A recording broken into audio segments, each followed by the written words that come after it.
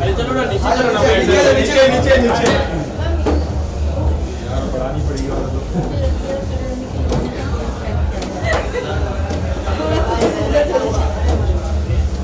नीचे हमें जाना है, हम यही सोलो लेना है।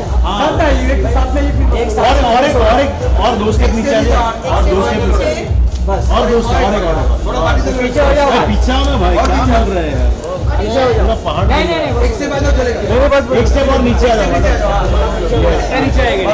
परफेक्ट वो तो भी सेंटर ना या हो गया सेंटर लो सामने के साथ मुझे खड़ा कर दिया। मैम आप ज़्यादा खूबसूरत, आपकी आंखों को देख के तो मैं चलते रिश्क में पड़ी हूँ। क्या बात है, एक सोलो भाई भाई शबीना जी यहाँ पर straight, Shabina ji look centre ma'am look Shabina ji सामने लीजिए, कैमरे के पीछे इंस्ट्रक्शन देने आता है, यहाँ खड़े रह के पोस्ट करना है। शबीना जी एक और स्टेप पीछे हो गया। शबीना जी आइए ना, Shabina ji look dance step कम यहाँ पर या नीचे मैडम अंदर चले जाओ, मैम थोड़ा पीछे अरे मैडम आप अंदर चले जाओ, मैम हो गया थोड़ा पीछे आ जाइए ना, एक कैमरा दे दो मेरे हाथ में। आप लोगों का मैम सामने सामने मैडम देखिए इधर भी, मैडम एक एकदम सामने देखिए प्लीज, मैम एक बार एकदम इधर देखिए, ma'am look centre centre madam यहाँ पर लुक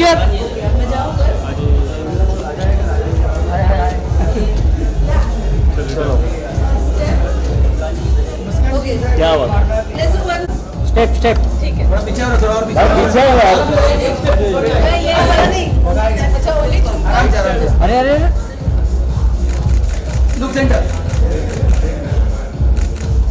आपस में वंस मोर अब क्या ये देखिए चाहिए घूमते मैम गाना भी गाइए साथ में,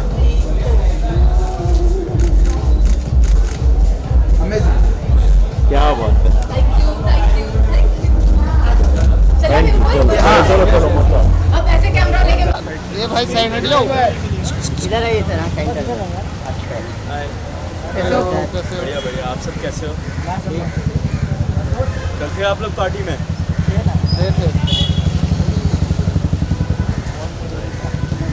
थैंक यू। एक मिनट वेट इतना तो पाकिस्तान में नहीं रुका है। चलो भाई सब अंदर आ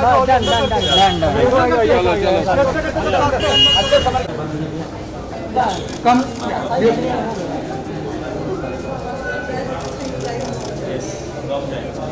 थोड़ा वो साइड से थोड़ा साइड हो जाओ। हाँ चाहोगे तो अच्छा मिल जाएगा, नहीं चाहोगे तो मिल जाएगा। रेडी या 3 2 start from first camera wait या now you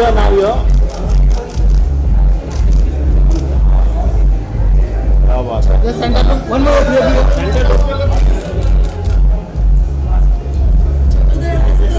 hold on hold on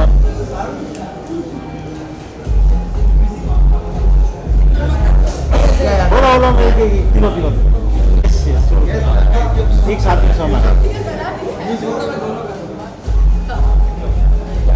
थोड़ा पीछे से साइड हो जाओ। Start from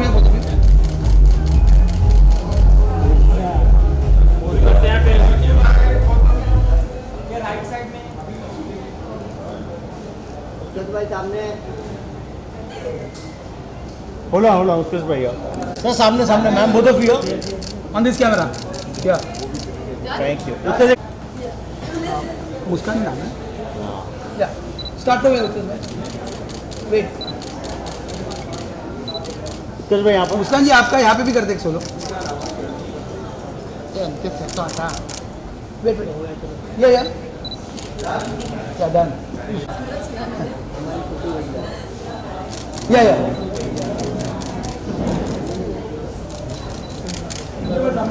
Simran ji around the first Simran ji camera, सामने एकदम, क्या दिस कैमरा, सिमरन जी सामने सामने। many congratulations. You guys have created history. आज हम यहाँ पे we've got together to talk about the film, the journey, music, dance. Starting with you, Karsh. Needless to say, आपने इतनी अच्छी performance the, you created a mark. What would you like to say? Well सबसे पहले तो मैं Shabina ma'am को अपना गुरु ही मानता हूँ, क्योंकि जो हमने फिल्म के शूटिंग के पहले हमने करीब 1.5-2 महीने बस 60s और 70s के गाने पे प्रैक्टिस की। उस ज़माने के जो एक्टर्स थे, राजेश खन्ना जी, देवानंद और भी जो बाकी कलाकार थे, शम्मी कपूर, इन सब के गानों पे बहुत जम के डांस किया। इनके पूरे ग्रुप रहता था इनका साथ में, हर किसी को इन्वॉल्व कर लेती थी, मेरे ड्राइवर से लेके मेरी मैनेजर सब इन्वॉल्व हो जाते थे उस डांस में, और पूरा इम्प्रोवाइज़ करते थे और साथ साथ कभी कभी कुछ स्टेप्स भी कोरियोग्राफ करते थे। तो उस ज़माने के कैरेक्टर में डालने के लिए इन्होंने मुझ पे बहुत मेहनत की, एंड मैं ऑलवेज़ इनके लिए थैंकफुल रहूँगा, इनके लिए और शर्जिल भाई के लिए जिन्होंने बहुत गाइड भी किया। और आई थिंक इनका काम ही इनके बारे में सब कुछ बोलता है। पाँचों के पाँचों जो गाने इन्होंने कोरियोग्राफ किए हैं, वो उन सब पे जो प्यार बरस रहा है, और जो थिएटर में लोग, आई थिंक ये पहली फिल्म है जहाँ पे लोगों ने मुझे कहा है कि क्योंकि चल तेरे इश्क का वीडियो नहीं आया था बाहर, लोग थिएटर में जा रहे थे बस वीडियो को ऑडियो के साथ सुनने के लिए। ये बहुत ज़माने बाद ऐसी चीज़ हुई है कि लोग गाना देखने के लिए पिक्चर जा रहे हैं। तो I think it's all because of her hard work, and she deserves this moment.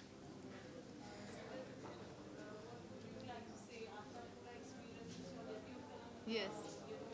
Dance, music, film, with Anilji, I'm sure it's a journey forever. Yes. I think गदर बहुत बड़ी चीज़ हो गई है मेरे लिए।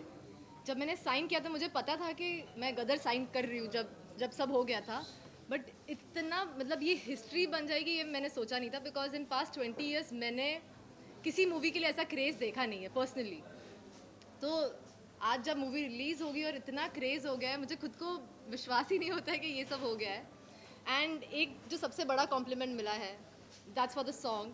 किसी ने मुझे कल ही कहा कि हमने उमराव जान देखी थी आज से बहुत साल पहले, और वो सेम चीज़ हमें इतने सालों बाद देखने मिली है। तो I think ma'am thank you, मतलब डेब्यू मूवी में इतना बड़ा सॉन्ग एंड मैम की कोरियोग्राफी, मतलब मैम थैंक यू मैम। जी कैसे हैं?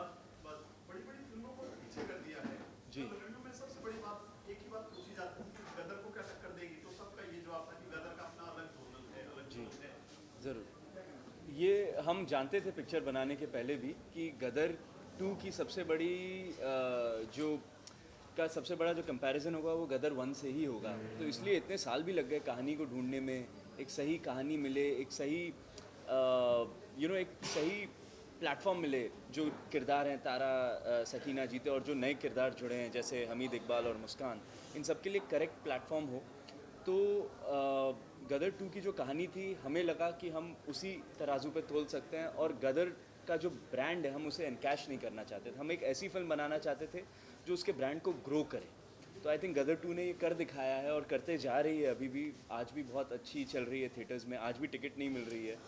तो ये बहुत प्यार है ऑडियंसेस का, ये बहुत मेहनत है सारे टेक्नीशियन, सारे क्रू की और सारे एक्टर्स की, जो इस मुकाम पे हम पहुँचे हैं। और मीडिया का भी बहुत समर्थन रहा है हमारे लिए, क्योंकि एक ऐसे वक्त से सिनेमा गुजर रहा था, तो उसमें जो मीडिया भी जो प्यार बरसा रहा है वो अपार है। So thank you everyone so much.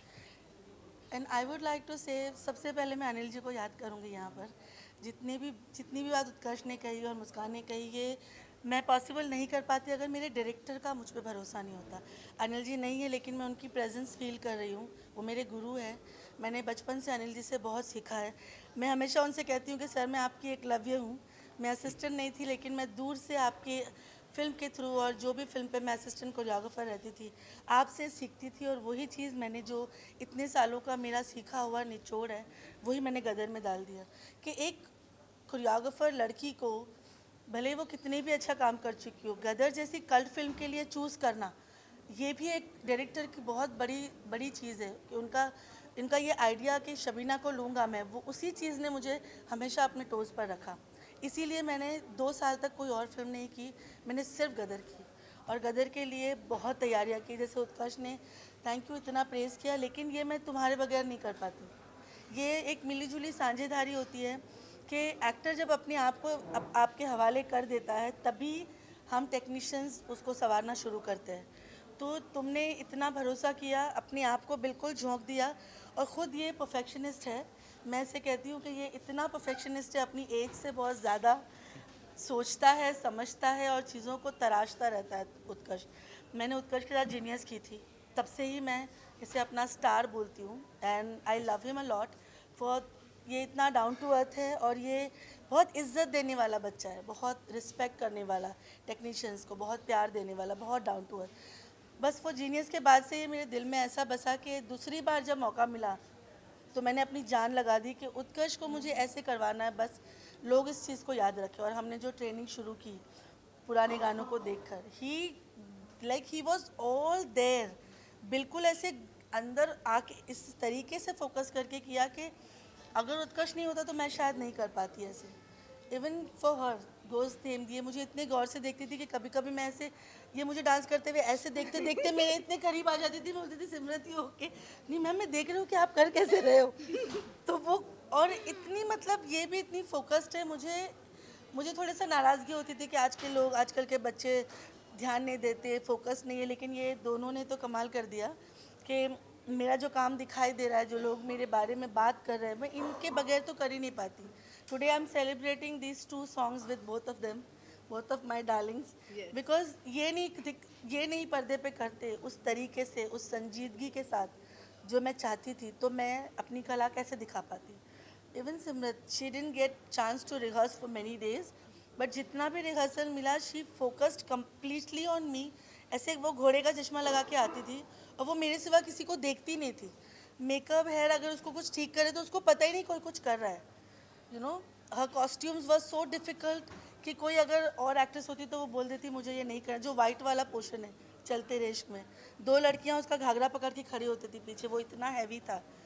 Every costume was very difficult, but she nailed it with every difficulty. You know, ये बहुत बड़ी बात है। ये बहुत लोगों ने मुझे पूछा है, बहुत डीएम्स आते हैं मुझे। एक सबसे बड़ी बात पूछी कि ये दोनों नए हैं, लेकिन ये नए लगते ही नहीं हैं। ये ऐसे लगते हैं ये बहुत सालों से गाने कर रहे हैं, डांस कर रहे हैं, ये कैसे हुआ? तो उसका जवाब शायद मैं आज देना चाहती हूँ। ये इसलिए हुआ कि इन दोनों का फोकस, डिटर्मिनेशन, और ये बाहर कुछ दुनिया को जानते ही नहीं थे, ये सिर्फ इसी फिल्म को और इन्हीं गानों के अंदर बसे हुए थे। तो आई थिंक ये इसकी वजह से ही होता है, जब आप पूरी तरह से इसमें झोंक दो अपने आप को और आप एक डायरेक्टर का बंदा बन जाओ, एक्टर बन जाओ, तभी होता है। एक छोटी छोटी चीज़ों को लोगों ने बोला है कि जब वो बिरयानी बन रही थी, जिस तरह जीते ने बिरयानी पे, मुझे वो चीज़ें पूछी है लोगों ने कि मैं हैरान हूँ कि इतना फोकस किया लोगों ने। And he would practice for that also. Ma'am ये करेक्ट है, नहीं मैम आप फिर से देखो, हाँ करेक्ट, नहीं मैम एक बार आप जैसा नहीं आ रहा है, ये शर्जिल वाला झूम झूम स्टेप नहीं, मैंने शर्जिल जैसा नहीं किया। तो ये बहुत बड़ी बात है। एक लॉन्ग टर्म, ये जो एक्टर्स होते हैं जो बहुत सालों तक चलने वाले होते हैं, ये उनकी कलाकारी है जो इन दोनों के अंदर है। And I am really thankful कि वी वर्क टुगेदर। मेरे को एक और चीज़ याद है, मैम जब हम सॉन्ग्स की शूट कर रहे थे दिल झूम झूम और चलते रिश्क में, तो मैम ने कहा था कि मुझे जीते और मुस्कान से प्यार हो गया है, आई एम इन लव, और ये मैं प्यार में पड़ चुकी हूँ, इसलिए मैं ये कर रही हूँ।